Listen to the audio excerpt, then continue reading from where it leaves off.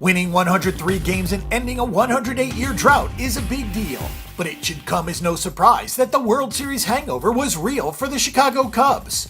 It seems a bit unfair that the 2017 season started on the road for the Cubs, and with a pedestrian 43-45 record at the All-Star break.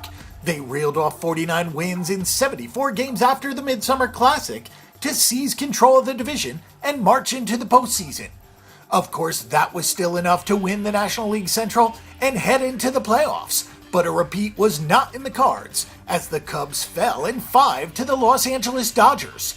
When all was said and done, the Cubs won the Central by 6 over the pesky Milwaukee Brewers, and incredibly enough, won consecutive division titles for just the second time since the 1900s. A third straight division title would tie the franchise record set from 1906 to 1908. The Cubs are certainly in good position to do that as the National League Central's top team. They were 92-70 last season with a 93-69 Pythagorean win-loss record and a 92-70 base runs record. The tale of two halves does make it a little difficult to figure out this team. How much of the first half was truly a World Series hangover, and how much of it was regression to the mean? Like most World Series seasons, it takes a perfect storm. The Cubs were one of the best defensive teams of all time in 2016. That regressed in 2017. Players that had career years in 2016 took a step back. There is also something to be said about the long season. Playing high-stress games for an extra month means 1 month less of training and recovery. The Cleveland Indians were also a slow starter in 2017, and then the best team in baseball in the second half. Without a World Series hangover, the Cubs should be in better position to start well and set the pace in the division.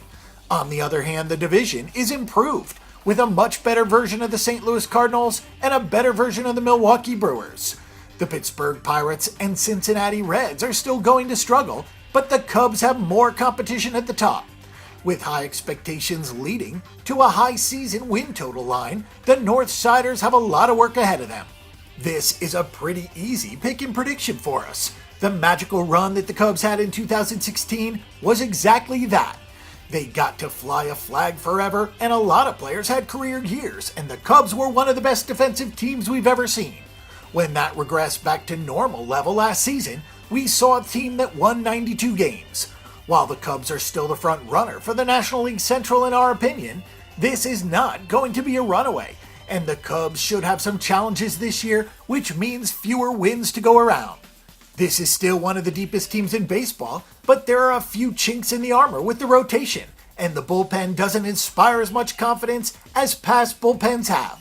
We just don't see the Cubs winning 95-plus games. It could happen, and the Cubs certainly have the talent, but with a lot more competition, the Cubs will have to play .587 baseball for 6 months to get 95 wins. So our pick and prediction will be under 94.5 games for the season.